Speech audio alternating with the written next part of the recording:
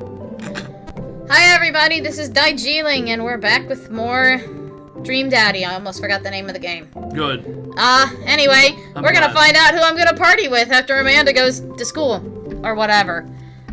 You probably have to select things. But I don't want to have to do pleasantries. Dad. They're gonna talk about weather. It's true, they probably. Go, do it, make a friend. But how could I possibly abandon my only child at a social function? That's bad parenting. This plate of cookies is my new dad. Bye. Oh. Amanda shows me into the center of the yard. Well, here goes nothing. I look around the party and I'm surprised to see some familiar faces. Isn't that the barista from the Coffee Spoon? Oh, dang. Robert's here? Didn't that guy throw a frisbee at my head? Isn't that the guy who was throwing a fit in Dead Goth and Beyond? Why are all these guys friends? They don't have anything in common. Isn't that Amanda's teacher? Hey, I know Craig! But wait a second! All of these people live in our cul-de-sac? That can't be right. I'd better investigate. Good. We got a whole lot of people that Burger Time is the last option. I want to talk... I don't know who I want to talk to. Let's talk to Matt, Hugo, and Craig. That's a lot of voices that I have to do at once. So good. Good. I'm Matt real and Hugo confused. seem to be embroiled in an intense discussion. Craig looks on, smiling politely. I walk over to say hello. Ow, I keep hitting my freaking earphones. Well, I don't think it's fair to try and compare two art movements like that.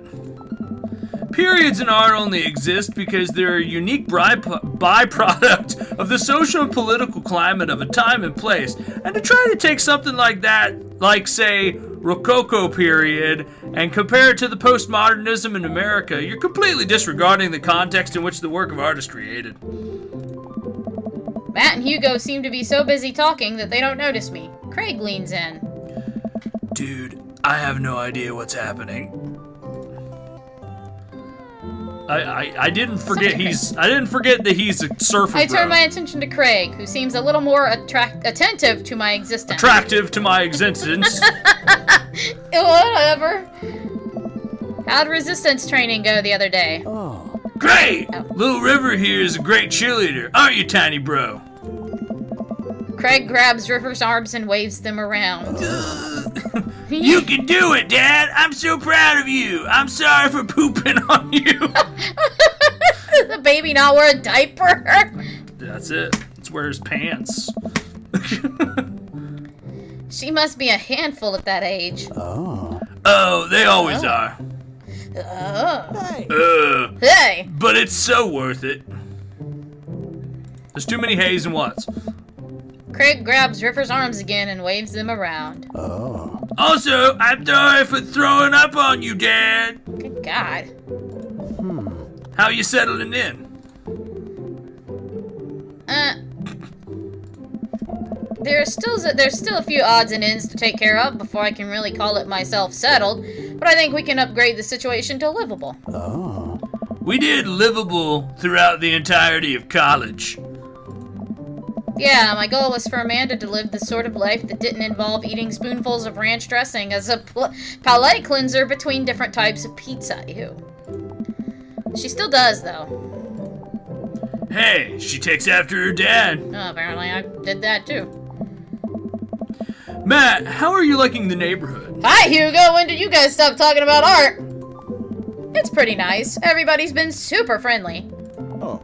Huh. Seems like your daughter's fitting in just fine. I don't know what I gave him as a voice. You didn't because you weren't in the video. Oh yeah, that's right.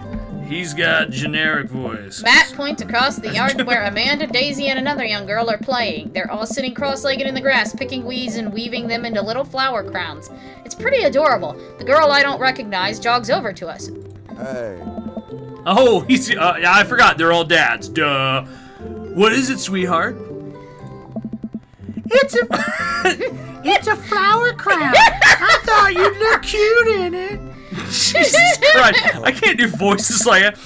Well, there's only one way to find out. Matt takes the flower crown and places it on top of his head. Oh, I was gonna say, he better have a flower crown. Am I cool now? The girl stares at him, thinking it over. Nope. But you're slightly less uncool than you were before you put it on. Hey. Ha! Hey, Matt, this is my daughter. Hello. I'm Carmencita. I've never seen that name before in my life. Amanda comes over with Daisy in tow. Dad, look, I'm making friends. Yeah. Are you making friends? You better be making friends. Yeah, actually, Amanda, you remember the cool barista from the coffee shop and my old college friend and, your teacher? Huh? Oh, We're hello, all Mr. friends Vega. now. I didn't realize we were neighbors. Yes. Yep. Yes! That's all I heard. Yes! Yes! You still gonna give me that overdue term paper? Great seeing you. Amanda finger guns her way out of the conversation like a champ. She learned the finger guns move from me. I'm very proud. She's definitely a charmer. Speaking of which, where did my son go? Whoa. Hugo looks around the party. He must finally spot him because his eyes go wide. Sweet man. Ernest Hemingway Sweet Vega. something. He said Are you smoking? He said... His name is Ernest Hemingway Vega. All I heard was, oh, sweet Manachengo or something. I don't know. I Good. didn't hear the rest of it because of you, but... Good. Oh, sweet man something. Oh, sweet man bun that I have on top of my head. Ernest is holding a lit cigarette. Nope. No. I see Ernest Jesus. across the way. He casually takes a long drag of his cigarette and then flicks it into a gutter. Unbelievable. Excuse me. Alright, well, I guess I'm just gonna talk to Matt. Or Matt and Craig. I forgot Craig was there. Craig was out of your peripheral vision. Apparently you go blind as soon as they leave the... Hugo marches over to Ernest and I turn my attention to Matt and Craig. Kids, right? Hey. Man, I do not envy Hugo. The last barbecue we had, Ernest tried to shove a sparkler down Joseph's God. pants. Nearly burnt down half the yard. Jesus. And the barbecue we had before that, he actually burned down half the yard. And then it spread onto my lawn and burned down half of my yard too. Aww. Oh no. Hugo walks back over to us, practically dragging Ernest behind Oh good, him. that's Ernest. Fantastic. Hey everybody, sorry about Just read my, it's fine, I don't care, read it. Read it now, you got halfway Sorry, through it. no! Oh, no, you gotta read it now. You're halfway through it. Hey everybody, sorry about that. Matt, this is my son Ernest. Hello. Ernest looks away, sulking, his hands shoved deep in his pockets. I'm getting another cigarette out. Hugo nudges him impatiently. Hey, Nice to meet you, Ernest. What grade are you in? does it matter? Oh. Ernest. Okay, okay. I'm in 8th grade. God, are you happy now? I'm sure you were just dying to know. Yeah. Good for you. Can I go now? I'm tired of talking to old dudes who blame my generation for the failing economy. That kid's deep for a kid. Ernest! Oh yeah, because I'm totally embarrassing you. Ernest puts earbuds in and storms off to stand in the corner. Well, that was certainly something. He seems nice. Hugo puts his head in his hands and sighs. I'm so sorry. He's having a really rough time. As much as I want to be the cool dad, I have to be the authoritarian dad. And he clearly resents me for it. I mean, I think as a dad and a teacher, that's about as authoritarian as you can get. Honestly, are any of us cool dads? Is it even possible to be a cool dad? Very deep, Matt. What? I'm cool as a cucumber. Hey. See? That right there. You can't say that. My kids think I'm cool. But for how long, Craig? How long do we get to be the cool dads? I don't know. I think we just have to accept the fact that as dads, we've become the machine that once raged against that we once raged against, and accept the fate to unironically wear socks with sandals. Your kids may think you're cool now, but the moment they hit puberty, you're doomed. Amanda's 18 and she still thinks I'm cool. Oh. I yell across the Good. yard to my daughter. Amanda, I'm cool, right? Amanda just laughs. She keeps laughing. I see your point. Oh no. As much as we all want it, I don't think it's important to be a cool dad as it is to be a good dad. I can't read, apparently. We can't all be best friends with our kids. It just doesn't work. I mean, look at me and Ernest. Our job as parents is to make sure our kids turn out okay. Yeah, you're right, but it'd be nice to have it both ways.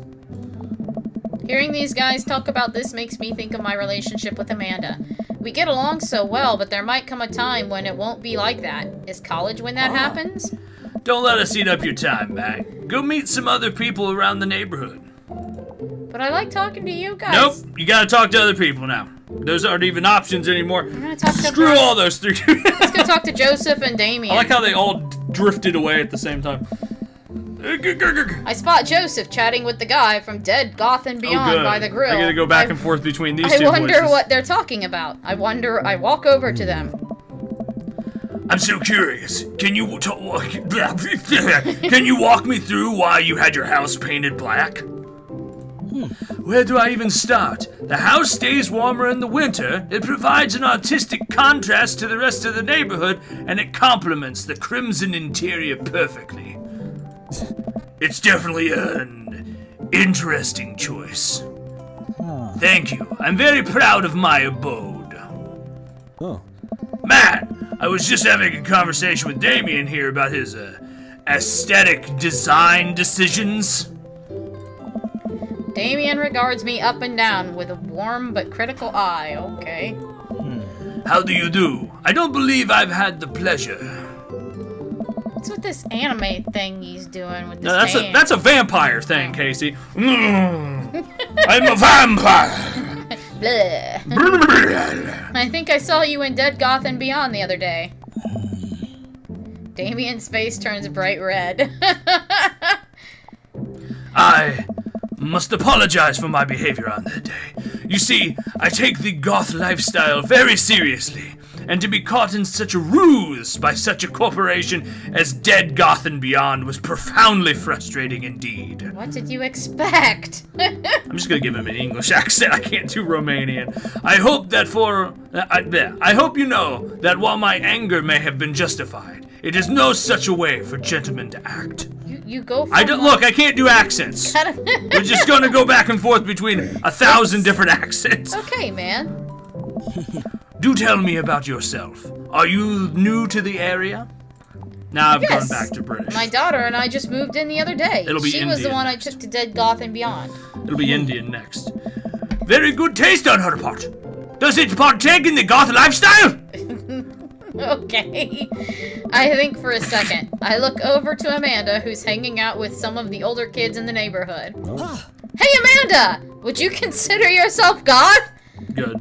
Amanda yells back. I wouldn't necessarily try to fall under any one specific label, but I guess if I had to choose, I would more describe myself as twee hipster with some normcore leanings. I don't know what the fucking normcore is.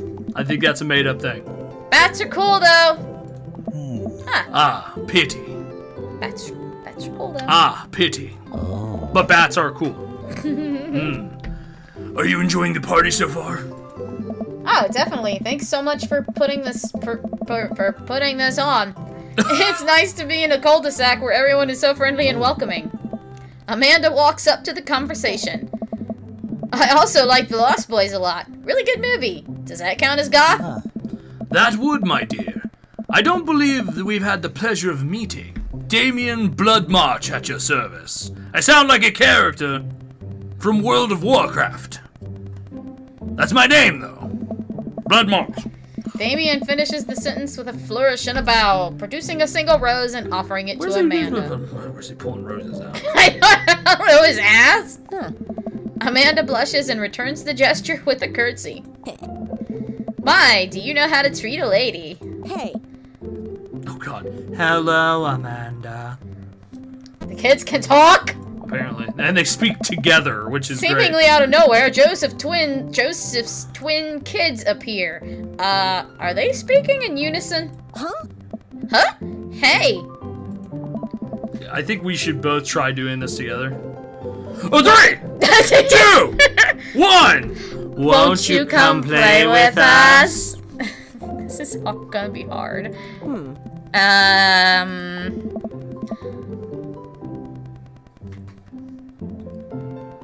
Come play with us forever. we can't time this well enough. Guys, enough with the creepy twin shtick. We've talked about this. Christian and Christy slowly back away. Nope. Nope. I didn't know who that was. Where do you think they got that from? What, does he have a twin? Mary pops into the conversation, wine in hand. Uh-oh, you're all just a strange collection of people and my daughter. I, don't know. Yeah. Mary takes a long sip of the wine. Oh, I think I might have taped over a VeggieTales VHS with The Shining. Who knows? She takes another sip of her wine. Where's Krish? Wasn't he with you? Oh, sorry. You don't get to talk during this. Was he with you? You had him a moment ago. He's probably stuffing dirt in his mouth. He'll be all right. Toddlers are pretty resilient. She's a great mom. Mary tips her glass to me. I don't know why you're goddamn. I would never leave my toddler alone wandering to eat dirt. I don't think an 18-year-old's a toddler daughter. She's an older daughter.